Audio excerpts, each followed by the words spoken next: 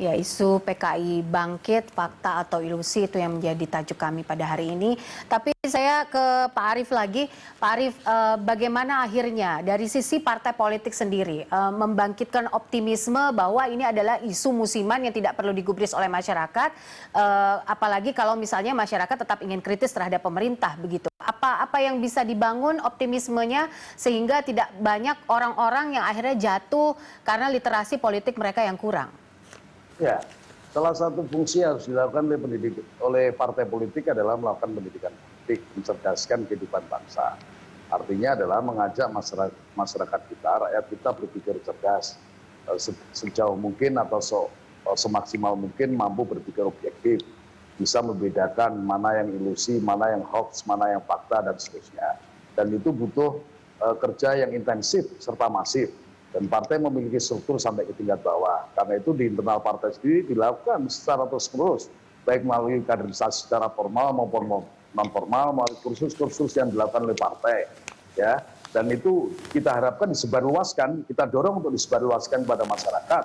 Bahwa problem yang kita hadapi bukan lagi problem masa lalu yang sesungguhnya sudah tidak menemukan relevansinya, tidak ada urgensinya. Ya. Yang justru kalau salah di dalam memberikan tafsir, apalagi menyampaikannya kepada publik bisa memantik konflik yang tidak perlu. Saya misalnya hari-hari ini mengalami di satu daerah karena pilkada ya, dulu yang saya pikir ada satu kelompok yang mendukung ya Pancasila 1 Juni ya, kan urut-urutannya 1 Juni, 22 Juni, kemudian 18 Agustus. Yang mendeklarasikan Pancasila karena kepentingan pilkada tiba-tiba membuli calon dari PD Perjuangan. Dikatakan dengan menyampaikan sosionasionalisme, sosiodemokrasi, ketuhanan yang berkebudayaan adalah PKI. Ya. Begitu Bung Karno itu PKI, wong itu pikiran Bung Karno pada zaman muda, yang kemudian pada 1 Juni disampaikan sebagai penggali Pancasila. Bung Karno tidak menciptakan Pancasila, tapi hanya menggali Pancasila saja. Nah, itu runtutannya panjang. Nah, diskusinya mesti diskusi yang intelek. Ya, tidak bisa diambil sepenggal-sepenggal.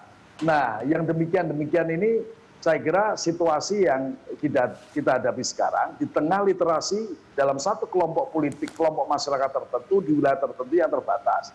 Nah, bagi kami ini tantangan, bagi kami ini harus dijawab, bagi kami ini harus dijelaskan pada masyarakat ya bahwa PKI itu sudah nggak ada lagi, PKI sudah dikubur ya. Begitu juga partai yang lain, Masumi juga sudah nggak ada, PSI juga nggak ada, yang adalah partai-partai yang lahir pada Orde Reformasi. Partai-partai yang ada pada jalan demokrasi, dan jalan demokrasi itu ditempuh melalui satu mekanisme yang disebut election atau pemilu. Baik. Nah, itu sekarang berlangsung. Nah, saya kira ini adalah kaitannya dengan satu konsolidasi kekuatan yang bisa jadi dipantik sedemikian rupa untuk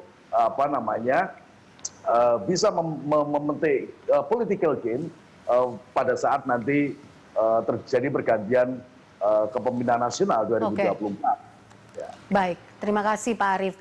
Terakhir mungkin Mbak Yeni, kita tahu bahwa Gus Dur selalu menyatukan seluruh rakyat Indonesia, baik dari background manapun dan dimanapun gitu. Apa yang bisa disampaikan kepada rakyat Indonesia, kemudian juga apa input yang bisa diberikan kepada pemerintah dalam hal ini terkait ancaman dari bangkitnya PKI ini lagi yang ada di permukaan? Ideologi-ideologi yang lain, apapun ya di luar ideologi Pancasila, ya tidak akan bisa bangkit, tidak akan bisa mengganti ideologi Pancasila. Selama ada rasa keadilan di tengah-tengah masyarakat, selama masyarakatnya sejahtera, selama masyarakatnya merasa diayomi dan dilindungi. Ini pesan saya ke pemerintah, pesan saya juga ke parpol.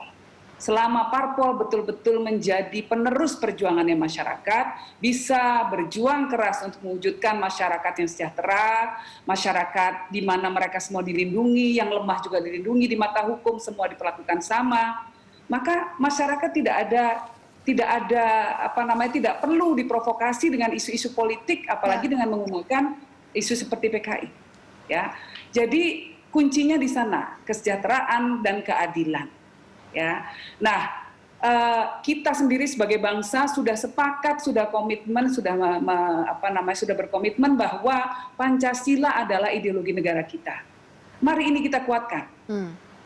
Ya, mari ini kita kuatkan, kita jaga bersama-sama, jangan sampai dirongrong, jangan sampai diganggu dengan berbagai macam ideologi-ideologi lainnya. Oke. Ya, mau PKI, mau HTI, mau apapun, tidak boleh mengganggu Pancasila. Baik. Nah, dari saya itu. Oke, Mbak Yeni terima kasih untuk informasinya bersama kami dan bincang-bincangnya, dan juga Pak Arief terima kasih untuk waktunya bersama kami hari ini di Lunch Talk.